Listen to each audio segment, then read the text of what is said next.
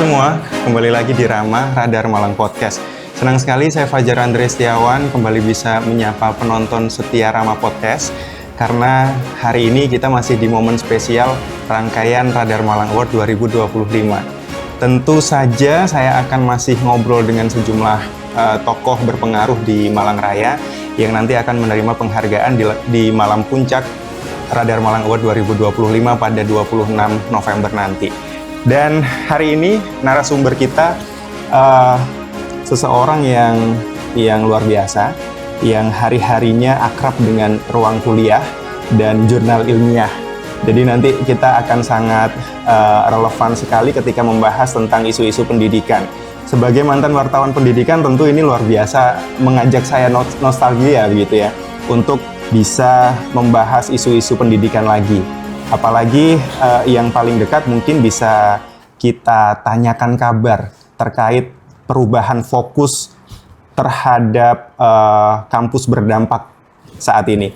Oke, langsung saja saya kenalkan narasumber saya hari ini, Direktur Polinema Bapak Insinyur Supriyatna Adi Suwiknyo. Selamat pagi, Pak. Selamat pagi. Ya, biar tetap semangat. Siap. Iya. Selamat pagi, makasih. Ya. Sehat, Pak ya? Alhamdulillah, sehat. Iya, jadi beberapa waktu lalu saya sempat podcast juga dengan wakil Direktur Bidang Akademik terkait isu yang sama. Mungkin ini nanti kita follow up gimana kabarnya perubahan fokus tadi. Karena ini kan imbas dari setiap kali pergantian menteri, ganti juga apa-apanya gitu. Kemarin ketika saya bilang ganti kurikulum, ternyata tidak. Hanya ganti fokus saja dari kampus Merdeka jadi kampus berdampak. Nah, apakah ketika implementasi kampus Merdeka dulu belum menghasilkan dampak? Nah, itu nanti yang akan dijawab oleh Pak Supriyatna. Silakan Pak, selama ini perjalanan kampus berdampak yang diimplementasikan Polinema seperti apa? Baik Mas Andri, terima kasih atas kesempatannya yang disebutkan. Nah, jadi kebijakan dari Kemendikti-Saintek yang dalam hal ini adalah mengusung satu tema ya yang terkait dengan kampus berdampak. Terutama nanti kita kaitkan dengan bagaimana transformasi kampus itu harus dilakukan gitu kan. Nah, sehingga ini menjadi salah satu paradigma yang harus kita ikuti karena sesuatu yang sudah dikonsepkan dengan pendekatan konsep kampus berdampak itu saya melihatnya dari aspek yang lain adalah ini sangat positif. Positif dalam artian kalau kita melihat kampus itu kan tidak boleh lagi menjadi satu menara gading yang dimana terpisah dari masyarakat, terpisah dari lingkungannya. Nah, sehingga dia adalah bagian ya dari masyarakat yang harus menyatu menjadi satu. Kebutuhannya adalah kolaborasi, kerjasama, bermitra, dan saling sinergi, bahu-membahu, bergotong royong untuk bersama-sama menjadikan negara dan bangsa kita ini menjadi negara yang lebih maju, yang lebih makmur, dan mungkin berkeadilan ke depan sesuai dengan cita-cita bangsa kita. Nah, jadi kami di kampus ini memiliki satu amanah atau mandat yang tidak ringan. Yang pertama adalah bagaimana kita mewujudkan kampus ini harus bisa ikut mewujudkan tujuan bernegara kita, mencerdaskan kehidupan bangsa. Apakah ini menjadi sesuatu yang katakanlah kalau kita menghasilkan lulusan yang berkualitas, yang kompeten, ini juga sesuatu yang tidak baik? Tentunya sangat baik. Jadi kita bisa berkontribusi terhadap menghasilkan lulusan yang memiliki kompetensi yang tinggi, menghasilkan lulusan yang katakanlah di situ memiliki keahlian yang mumpuni. Nah, tetapi itulah yang dirasakan belum cukup. Jadi kampus dengan menghasilkan lulusan yang punya kompetensi tinggi, keahlian yang tinggi, itu dirasakan belum cukup jika belum memberikan satu kontribusi ya dalam bentuk satu manfaat bagi masyarakat. Jadi masyarakat inilah yang menjadi kata kunci bahwa kampus harus bisa memberikan dampak dan manfaat bagi masyarakat karena itu terkait dengan tujuan bernegara yang lain. Yaitu bahwa tidak hanya kampus itu mencerdaskan kehidupan bangsa, tapi kampus jangan lupa juga harus memajukan kesejahteraan umum. Sehingga keberadaan kampus di sini ya harus bisa memberikan dampak kepada masyarakat dalam bentuk adalah manfaatnya meningkatkan kesejahteraan masyarakat. Oke. Nah, berarti di sini ada satu dampak yang diharapkan adalah langsung maupun tidak langsung keberadaan kampus ini ya harus memberikan dampak bagi pembangunan bangsa dan negara, dan pada ujungnya adalah nanti memberikan dampak kepada kesejahteraan masyarakat. Nah, ini yang saya kira suatu konsep yang sangat positif yang kita perlu untuk apresiasi juga, bahwa karena ini adalah sesuatu yang pendekatan yang memang paling optimum ya, paling maksimal. Karena kalau kita bicaranya outputnya saja atau bahkan outcome-nya, ini pasti belum bisa menghasilkan sesuatu yang berupa dampak yang kita harapkan. Nah, ini kalau ujungnya sudah paling di ujung adalah dampak yang diharapkan, tentunya output otomatis, outcome juga akan diharapkan otomatis, dan impact-nya ini yang memang ditunggu-tunggu. Nah, untuk itu kita kampus Politeknik Malang tentunya juga dalam beberapa saat ini setelah kebijakan itu dikeluarkan, ya kita menghasilkan beberapa kebijakan-kebijakan yang tentunya seiring dengan kebijakan yang ada di kementerian tadi itu. Mulai dari bagaimana kita tetap fokus pada menghasilkan ya satu lulusan yang memiliki kompetensi hard skill dan soft skill yang baik. Nah, ini kan modal kita. Nah, berikutnya lagi nanti adalah bagaimana lulusan ini sebagai output yang outcome-nya adalah yang berkualitasnya itu. Nah, ini yang akan bisa juga berkontribusi terhadap dampaknya ke masyarakat nanti. Baik. Dalam bentuk dia bekerja pada industri atau perusahaan dan seterusnya. Oke, berarti secara sederhana intinya ada perubahan yang signifikan terkait perubahan fokus dari kurikulum Merdeka menuju kampus Merdeka menuju kampus berdampak. Betul. Artinya tidak hanya perubahan istilah saja ya Pak ya? Tidak ada. Ada banyak perbedaan situ yang dalam tanda kutip ya, perbedaan itu dalam artian menyempurnakan dari konsep yang sudah ada. Artinya kalau kemarin itu adalah pendekatannya adalah bagaimana mahasiswa itu punya kesempatan untuk mengeksplorasi, mendapatkan pengalaman banyak di luar kampus. Itu positif. Tapi sekarang adalah tidak hanya sebatas dia mendapatkan kesempatan pengalaman di luar kampusnya. Tapi pengalaman itu bisa memberikan dampak. Betul, nah itu plusnya. Artinya itu yang saya maksudkan, bahwa konsep ini terus tumbuh. Konsep ini terus berkembang, dan ini adalah model untuk menyempurnakan. Bukan menghilangkan ya, menyempurnakan dari konsep-konsep yang sudah ada. Jadi dari deretan substansi untuk penyempurnaan kampus Merdeka menjadi kampus berdampak itu tadi Pak Supriyatna, bagaimana Polinema itu mendefinisikan itu dalam visi misinya jangka panjang begitu?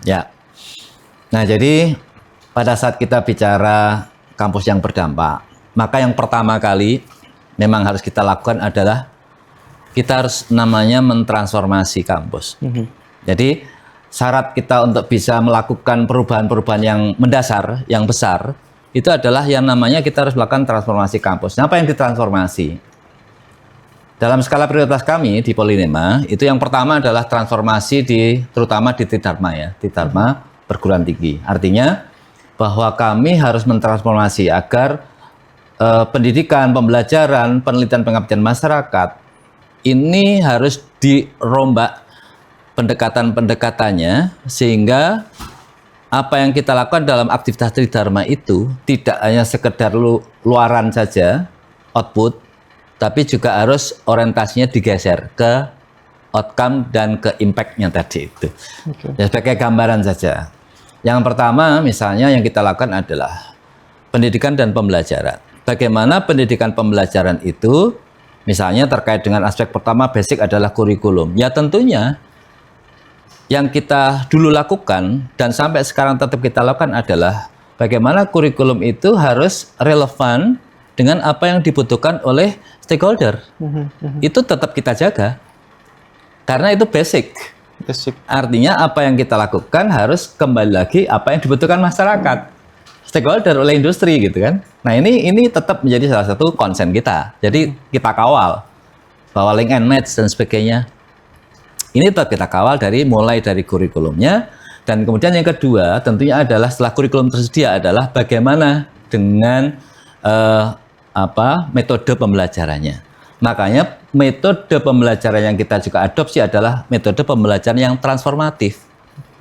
Jadi tidak cukup dengan metode pembelajaran yang selama ini barangkali tidak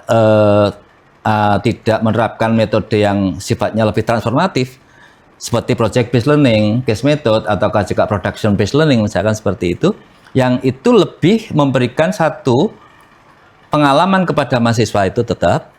Nah, yang kedua adalah bagaimana pembelajaran itu bisa membantu untuk menyelesaikan problematika dan permasalahan yang ada di masyarakat. Makanya ada case method. Ya, kasus-kasus di masyarakat menjadi bahan pembelajaran. Makanya ada project-based learning, project-project yang ada di masyarakat juga bisa menjadi model pembelajaran buat kita atau menjadi bahan pembelajaran buat kita. Nah, sehingga Bapak Ibu dosen punya kontribusi itu bagaimana Bapak Ibu dosen juga harus membangun jaringan dengan industri.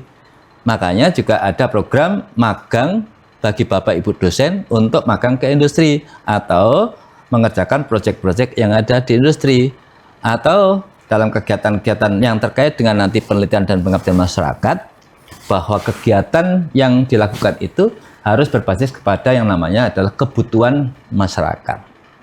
Kebutuhan stakeholder. Nah, sehingga semua materi bahan yang ada di masyarakat, problematika yang ada di masyarakat itu bisa diselesaikan melalui kegiatan yang namanya adalah pendidikan pembelajaran. Jadi, misalnya ada mahasiswa yang lagi ngerjakan skripsi. Nah, skripsi itu sendiri sudah kita buat kebijakan harus berbasis kepada real kebutuhan masyarakat atau real problematika yang ada di masyarakat, kemudian itu diangkat menjadi sebuah karya skripsinya mahasiswa di bawah bimbingan dosen, kemudian ini nanti akan dikembalikan lagi ke masyarakat untuk menjadi salah satu solusi terhadap problematika dan masalah yang dihadapi masyarakat tadi itu. Nah, nanti itu termasuk dosennya, termasuk penelitiannya, termasuk pengadaan masyarakatnya. Itu adalah bagian strategi kita untuk meningkatkan kampus berdampak itu dengan model transformasi di Tridharma Perguruan Tinggi. Berarti semua Tridharma itu dilakukan berbasis permasalahan yang ada di sekitar. Ya. Pak Supriyatna, ketika bicara tentang fenomena yang berkembang di dunia pendidikan dan dunia kita secara umum, industri dengan kampus ini kan ada waktunya mereka berjalan masing-masing gitu, tidak ada match-nya. Industri berkembang jauh pesat sendiri begitu, kampus juga berusaha susah payah sendiri mengejar itu gitu. Nah, Polynema mungkin tantangannya jauh lebih kecil daripada kampus-kampus universitas yang lainnya karena basisnya vokasi begitu. Tapi apa Pak yang bisa dibagi untuk universitas atau kampus lain terkait strategi bagaimana kurikulum itu tetap relevan dan bagaimana tetap bisa mendekatkan terhadap permasalahan-permasalahan yang ada dan perkembangan di industri itu? Ya, baik. Jadi pertama memang salah satu fokus yang kita harus kaitkan adalah bagaimana pendidikan itu tetap satu bermutu, yang kedua adalah relevan.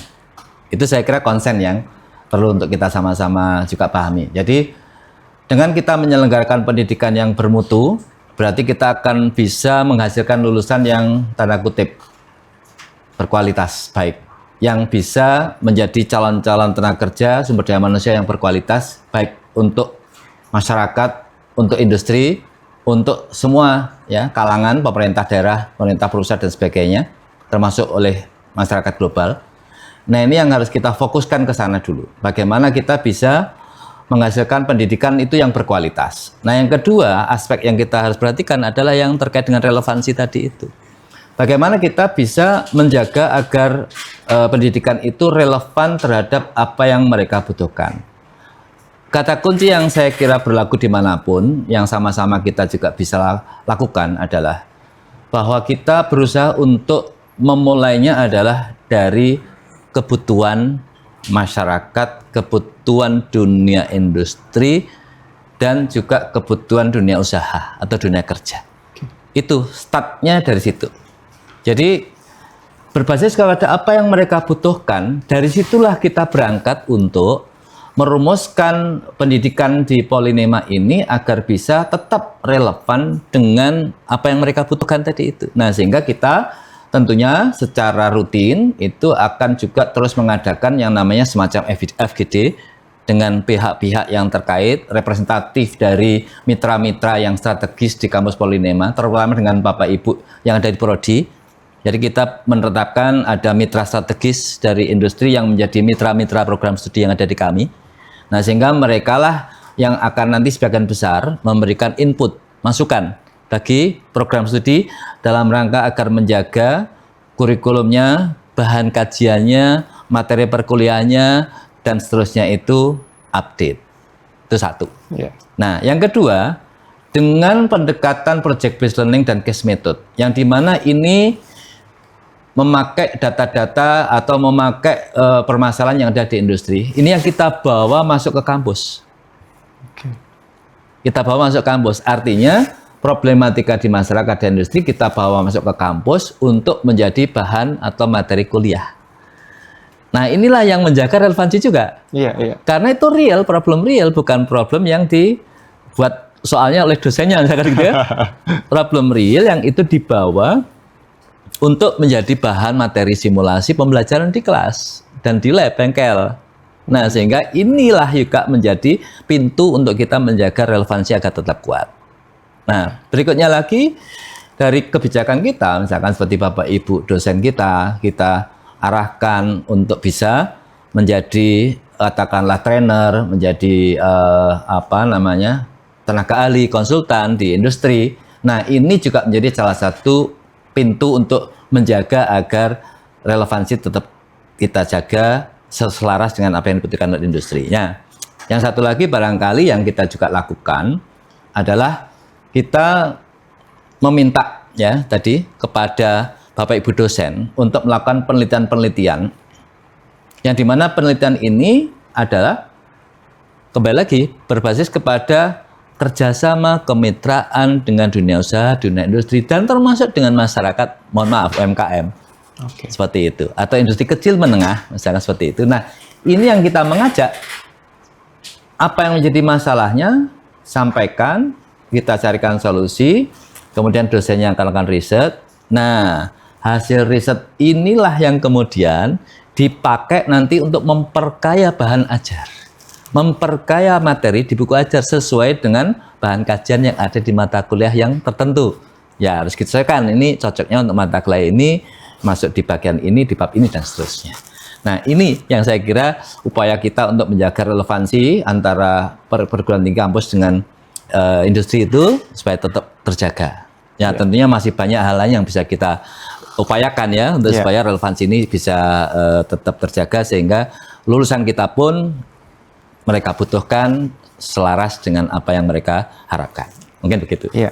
Jadi kampus sekarang Pak Supriyatna Yes, juga tidak hanya menjadi tempat untuk belajar, tetapi juga tempat untuk menaruh harapan. Karena dari obrolan di podcast sebelumnya dengan Wakil Direktur Bidang Akademik 1 itu, jadi masyarakat sekarang memang kesadaran untuk menempuh studi di perguruan tinggi meningkat, harus kita akui. Tetapi mereka cenderung lebih pragmatis. Jadi saya memilih jurusan ini, saya kuliah ini untuk apa? Nah, sehingga kampus tidak lagi hanya untuk belajar saja, tetapi juga menaruh harapan terhadap karir, terhadap pekerjaan yang bisa mereka kerjakan nantinya gitu. Sehingga pertanyaan yang penting dari publik itu kerjasama yang dilakukan perguruan tinggi itu sejauh apa, sebesar apa, karena orientasi pekerjaannya tidak hanya di bidang industri nasional saja, tetapi juga multinasional. Kalau di Polinema sendiri, yang ditawarkan seperti apa? Baik, sesuai dengan apa yang ada di rencana induk pengembangan maupun desa kita ya, sebagai basic saya membuat kebijakan atau membuat nanti strategi. Jadi kebetulan saat ini Politeknik Malang itu masuk dalam milestone yang namanya milestone untuk transformasi pengembangan daya saing global. Masuk 2025 sampai 2029. Nah, pada tahapan ini yang kita butuhkan adalah bagaimana mentransformasi kampus Polinema ini agar bisa menjadi kampus yang mulai memiliki tanda kutip daya saing di tingkat global. Ini menjadi fokus yang kita juga lakukan. Bagaimana kemudian upaya kita untuk menyiapkan itu semua? Yang pertama tentunya adalah tidak kurang tidak lebih adalah kita mulai dari input, gitu kan? Pertama inputnya ini harus yang tanda kutip, yang paling baik, yang berkualitas dan seterusnya. Artinya proses seleksi, proses untuk mendapatkan mahasiswa inilah yang harus tetap kita carikan adalah input-input yang terbaik. Itu satu, karena itu modal. Nah, sehingga model seleksinya itu sekarang juga tidak lagi kan mendekatkan pada metode yang yang terbaru ya, yaitu pakai semacam TPA kan, tes skolastik kan gitu mas saya. Jadi yang dilihat adalah talentnya atau bakatnya atau minatnya atau passionnya gitu kan. Nah inilah yang sebenarnya juga membantu kita, karena yang dilihat bukan lagi kemampuan semata akademik, tetapi adalah apa yang sebenarnya menjadi minat dan bakat dari calon mahasiswa. Nah, jadi itu memulai dengan sesuatu yang benar menurut saya. Karena mereka sendiri sudah mulai bisa mengarahkan akan kemana mereka akan berkarir ke depan. Nah, setelah masuk ke Polynema, yang kita lakukan berikutnya adalah melakukan namanya talent mapping. Nah, ini barangkali jarang atau belum banyak yang melakukan kampus. Kita sudah mencoba 2024 kemarin melakukan yang namanya talent mapping. Jadi mahasiswa masuk, kemudian kita bantu. Mereka kan sudah tadi tes dan sebagainya di awal. Tapi di tengah proses ini kita bantu lagi untuk memastikan, membantu apakah mahasiswa ini benar-benar memiliki potensi di sini atau tidak. Contohnya saja, apakah mahasiswa ini akan benar dia akan berkarir sebagai seorang pegawai di industri, karyawan, ataukah dia akan pengen jadi seorang wirausahawan, entrepreneur, ataukah dia dengan potensinya yang bagus akademik dan bagus misalkan akan studi lanjut, yang tentunya itu juga peluangnya juga baik. Nah ini yang kita bantu mapping, agar pada saatnya nanti mereka sudah bisa mendapatkan keyakinan diri bahwa hasil tesnya begini, keyakinan saya begini, cross check, oke, mantap saya bekerja, maka kita berikan fasilitasi. Untuk apa? Pembinaan. Yang pengen bekerja kita lakukan pembinaan. Bagaimana, misalkan terkait dengan bagaimana menghadapi dunia kerja.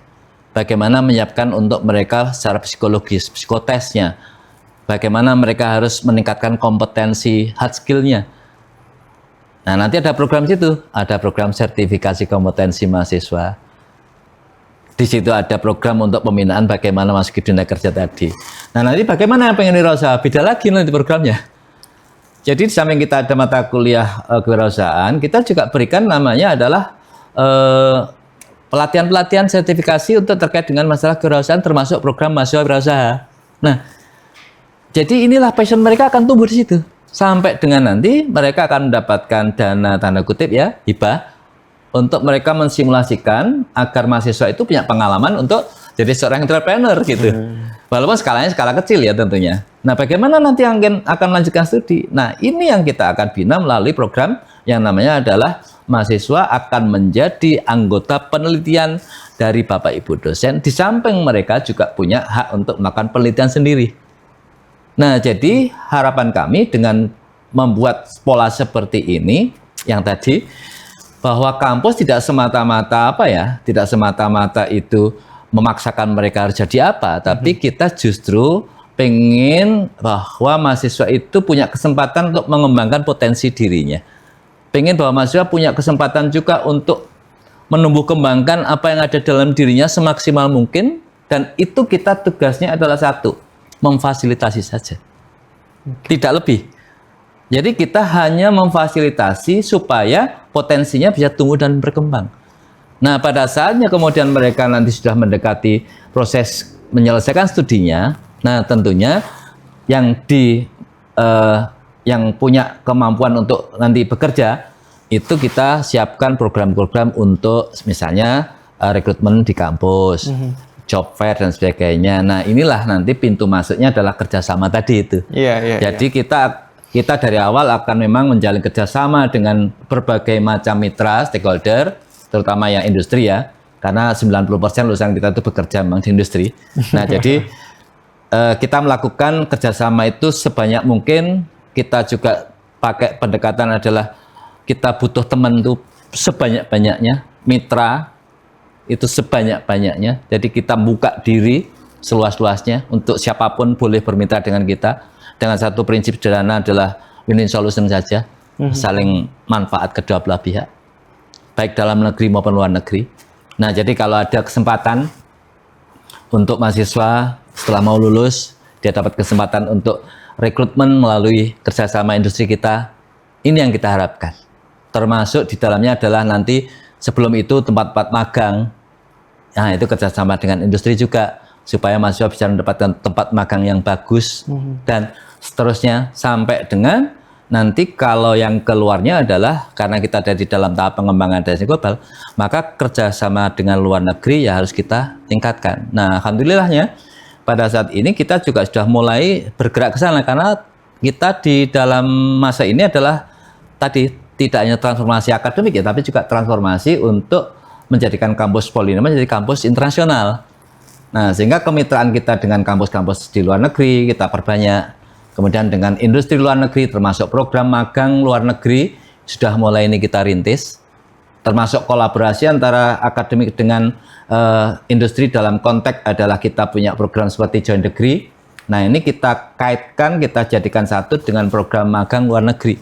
Sehingga mahasiswa punya kesempatan ambil program Joint Degree di Polinema dengan mitra kita, entah itu di Shenyang Jiangsu University di Cina, ataukah dengan Shandong University Science Technology Cina, atau Management Science University Malaysia, ataukah dengan Changshu Taiwan, nanti ke depan kita juga dengan Musashino University Jepang.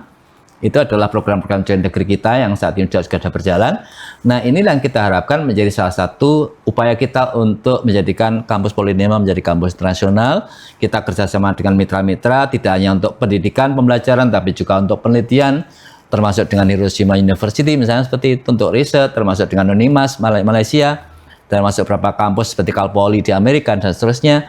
Nah, ini upaya kita untuk bagaimana menjadikan kampus kita menjadi kampus internasional, memperbanyak mitra baik dalam negeri luar negeri, baik dalam hal ini bisa dari industri, bisa dari asosiasi, bisa dari pemerintah daerah maupun sampai pemerintah pusat.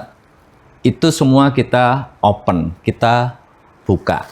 Nah, jadi dengan pendekatan seperti itu paling tidak dalam durasi 4 tahun terakhir saya bisa sampaikan kenaikan jumlah MOU kita sudah meningkat barangkali hampir 4 kali lipat. 4 kali lipat, luar biasa. Jadi teman-teman, Rama Podcast, jadi ketika saya berusaha untuk mencerna bagaimana kampus Polinema ini memaknai sebuah peran dan harapan publik itu luar biasa teliti begitu ya. Ketika kita melihat bagaimana proses untuk menyeleksi mahasiswa itu, saya ibaratkan begini, Polinema menyiapkan sebuah mesin atau motornya, yang sebagai penggerak motornya ya adalah input dari mahasiswa-mahasiswa yang berkualitas itu ya, Pak Supriyatna. Salah begitu. Ya, oke. Ketika kita nanti kaitkan terkait fenomena yang sedang berkembang dan masih pro kontra karena ini cukup baru, AI, Pak Supriyatna. Nah, itu jadi tantangan kita bersama, apalagi akademisi, karena itu akan memotong proses sangat banyak sekali gitu. Nah, kalau kita dibandingkan dengan zaman-zaman dulu, proses kita untuk menemukan sebuah kebenaran itu luar biasa panjang. Nah, sekarang dengan adanya AI, ini proses-proses itu banyak yang bisa dipangkas begitu. Nah, untuk menyiapkan SDM, dosennya, mahasiswanya untuk bisa adaptif dengan fenomena AI sekarang ini, termasuk digitalisasi infrastruktur perkuliahan dan lain sebagainya, itu seperti apa? Selama ini yang sudah didiskusikan secara internal atau sudah belak-belakan nih didiskusikan secara terbuka? Baik, sebenarnya Polinema mencoba untuk merespon itu sejak kita mengenal istilah dulu adalah revolusi industri 4.0. Iya. Kemudian berkembang menjadi society, konsep-konsep yang lebih mengaitkan dengan manusia ya, society 5.0. Ya, termasuk disrupsi dan sebagainya. Karena pada saat terjadi revolusi industri, pasti perubahannya itu akan sangat banyak. Dampaknya juga pasti akan luar biasa. Nah, disinilah sebenarnya kita harus tanda kutip merespon. Perubahan yang terjadi di lingkungan di luar kita pasti tidak bisa kita hindari, pasti akan berdampak ke diri kita, termasuk ke kampus kita, pasti itu.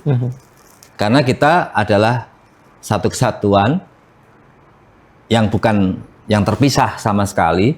Apapun yang terjadi di dunia industri, perubahan yang terjadi di teknologi, perubahan generasi, apapun yang ada di sana itu pasti akan berdampak terhadap kampus Polinema.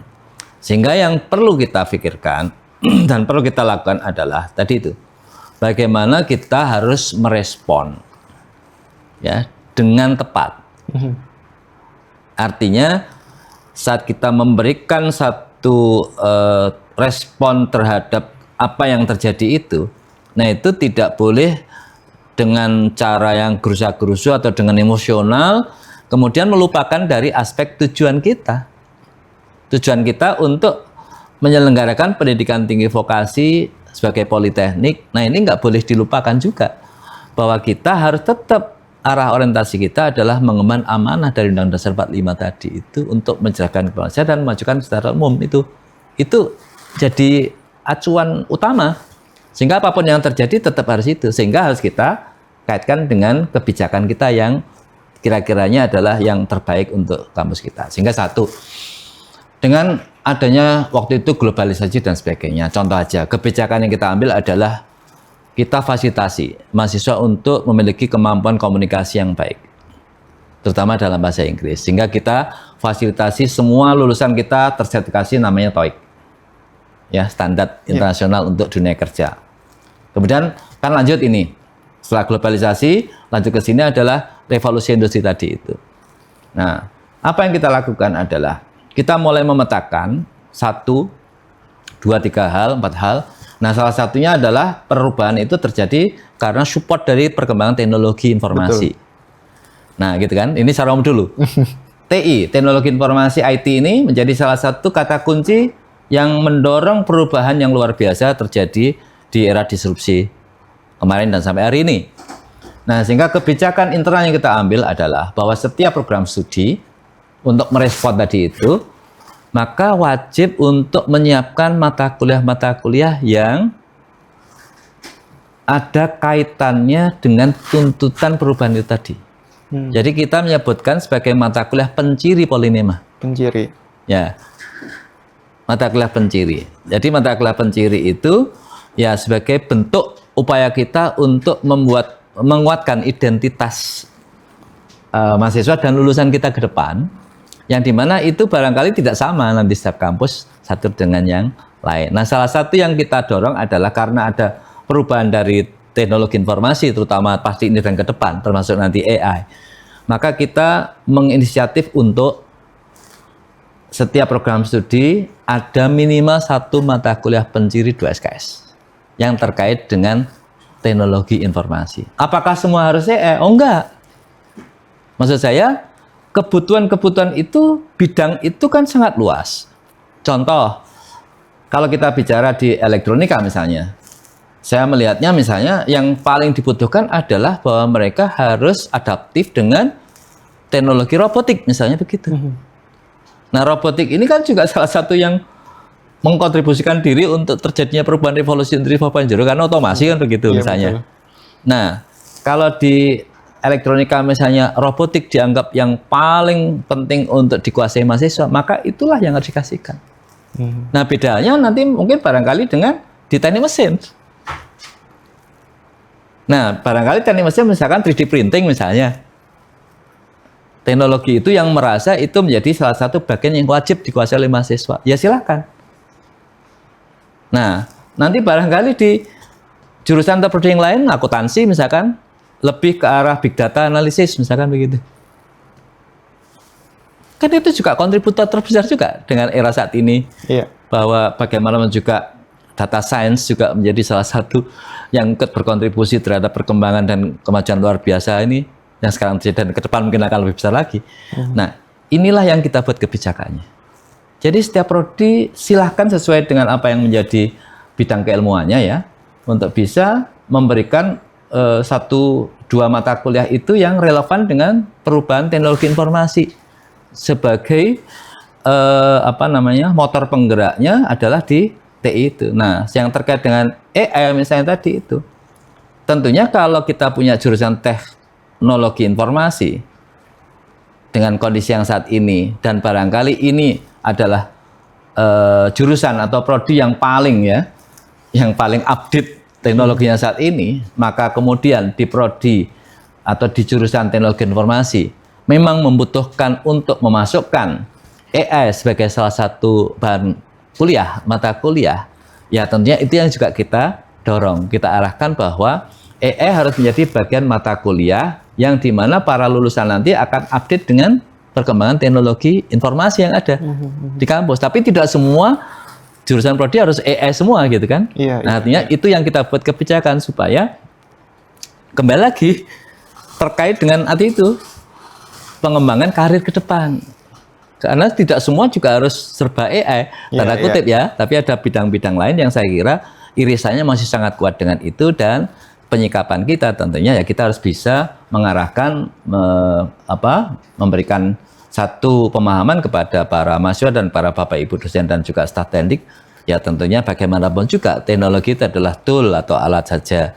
Jadi bagaimanapun juga tool alat itu harus dipakai, dimanfaatkan dengan sebaik-baiknya tapi dengan bijak, kan begitu. Betul. Artinya tidak boleh kemudian itu digunakan untuk sembarangan dan semaunya tanpa ada rambu-rambu dengan integritas akademik misalnya gitu kan. Nah, atau etika akademik dan seterusnya. Nah, ini yang harus kita jaga kepada para bapak ibu dosen, teknik dan juga mahasiswa, bahwa bagaimanapun AI silakan dimanfaatkan, tapi mohon diperhatikan rambu-rambu yang terkait dengan kepantasan, kelayakan, integritas dan seterusnya. Mungkin begitu. Oke, luar biasa sekali. Dan mungkin ini pertanyaan menuju ke penutup. Siap. Menuju ke penutup. Ya, jadi perkembangan teknologi yang harus dikuasai mahasiswa, dosen ya sebagai kalangan akademisi, itu kan perkembangannya sangat cepat sekali, Pak Supriyatna. Kadang kita punya rencana pendek, menengah, jangka panjang itu kadang juga harus beradaptasi lagi dengan perkembangan-perkembangan yang ada sehingga bisa tetap relevan gitu. Nah itu saya mau tanya, Polinema dalam 5 tahun atau 10 tahun ke depan itu Pak Supriyatna proyeksikan seperti apa dengan perkembangan teknologi yang sangat pesat dan tidak bisa diprediksi bahkan gitu. Nah, kemudian tantangan yang paling besar untuk tetap bisa present, untuk tetap bisa relevan dengan perubahan-perubahan itu apa, Pak? Perubahan yang ada itu kan memang tidak bisa dihindari, tidak juga bisa ditutupi bahwa pasti akan terjadi. Ya karena kehidupan itu dinamis, nggak mungkin statis, ya pasti dinamis. Zaman pasti terus berubah, era teknologi juga akan terus berubah. Maka prinsip basic yang harus kita gunakan di dalam organisasi ini ya adalah kita harus menggunakan pendekatan-pendekatan yang namanya adalah daya adaptabilitas. Kita harus mengadaptasikan dengan tuntutan dan perubahan yang terjadi, baik itu terkait dengan perubahan teknologi misalnya tadi itu. Teknologi informasi tumbuh berkembang luar biasa, termasuk perubahan yang terkait dengan generasi misalnya. Ini kan juga tantangan besar. Bagaimana juga generasi dari generasi ke generasi masing-masing juga punya spesifikasi karakteristik yang berbeda-beda kan begitu. Makanya kalau kita contohnya aja nanti di pendidikan pelajaran kan kita pakai adopsi yang paling gampang, didiklah anakmu sesuai dengan zamannya. Betul sekali. Gak bisa kita menggunakan pendekatan seperti hanya zaman dulu begini, sekarang masih tetap begini, nggak bisa. Ya zamannya karena berubah, makanya didiklah anakmu sesuai dengan zamannya, itu nasihat yang bijak sekali. Ya kita harus menyesuaikan dengan apa yang menjadi tuntutan dari generasi saat ini, termasuk tuntutan teknologi yang ada pada saat ini. Sehingga yang perlu kita kembangkan adalah daya adaptabilitas tadi itu. Bagaimana kampus memiliki kemampuan untuk mengadaptasikan dengan berbagai macam tuntutan dan perubahan, sehingga kita tidak ketinggalan sepur gitu ya, nggak kereta maksudnya gitu ya.